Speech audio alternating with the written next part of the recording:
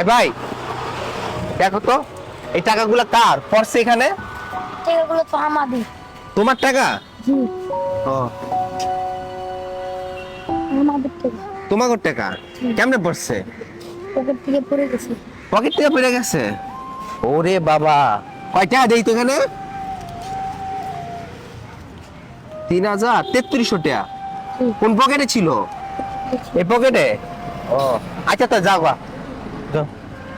জি না ভাই, এটা তো আমাদের টাকা না ভাই, এটা আপনি নিয়ে মসজিদে দান করে দিন। কেন? ও তো বললো যে ওর টাকা। জি না, এটা আমাদের টাকা না। তোমাদের টাকা না? জি না ভাই, এটা সবাই দেন, আল্লাহ তো দেখতেছে।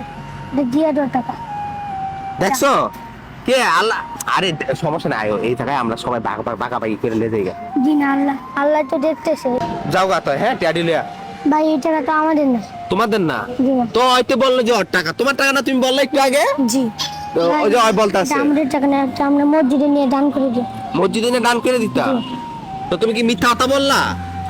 এটা আমাদের টাকা। মানে ভুলে মিথ্যা কথা বলে ফেলছো? হ্যাঁ। ও কোথায় পড়ো তুমি? কোন মাদ্রাসায় পড়ো? দারুল ইসলাম মাদ্রাসা। ও তুমি যে আসো, আমরা তিনজনে মিললা, কি শুনছো, এই ট্যাডি বাগাবাগি করে নেই গা, তো বাগাবাগি করি। জি না, আল্লাহ তো দেখতেছে। আল্লাহ দেখে? জি, আল্লাহ তো দেখতেছে। ওরে বাবা, তোর তো হ্যাঁ না নেই, আমি তুমি বাগাবাগি করি। জি না, আল্লাহ দেখতেছে, এটা ভাগাভাগি করলে হাসার মধ্যে পাইতে হবে। আসর মদনে জবাব দিতেই হবে। জি। দূর দুনিয়ার ভিতরে বাচ্চা নেই। এলো, তুমি 1,000 টাকা রাখো, ঠিক আছে? তুমি এই যে তুমি 1,000 টাকা আর 1,300 টাকা আমার, ঠিক আছে? এত বড় পাপ আমি করতে পারবো না ভাই। আরে পাপ মানে দুনিয়ার ভিতর টিয়াই তো সবকিছু, কি কো ভাই? তুমি ট্যাপো করে বেরো নাও। তুমি নিছো না টিয়া? জি। তুমি নিতে না? জি না ভাই, কে? কারণ এটা জবাব দিতে হবে ভাই। ব্যাগ কি কি আছে? বই খাতা আছে। বই খাতা আছে। বাবা কি করে? বাবা সিকিউরিটি গার্ডের কাজ করে। Security guard. মা? মা বাসায়। তুমি আমপারা পড়ো না কোরআন শরীফ পড়ো? কোরআন শরীফ। কোরআন শরীফ, মাশাআল্লাহ। আল্লাহ সবকিছু দেখে রে বিশ্বাস করো? জি। তাই? জি। দুনিয়াতে যে টাকা সবকিছু রে বিশ্বাস করো না? জি না, কেন?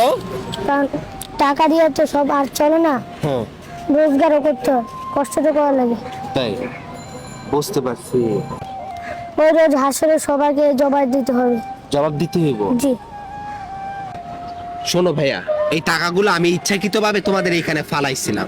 এই যে এটা আমাদের ক্যামেরা, হ্যাঁ দেখো, টাকাও টাকাও এখানে, বুঝছো? কই দাও।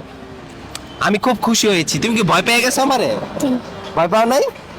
মানে আমরা ক্যামেরা লুকানো রাখছিলাম, যে দেখেছিলাম যে মাদ্রাসার ছাত্রদের সততা কতটুকু। আল্লাহ জবাব তো দিবে, সবাই দুনিয়া থেকে চলে যাবো, ওই মিশা কথা করলে আল্লাহ তো সব দেখতেছে। হ্যাঁ। এই জন্য আমি বলছি। তাই?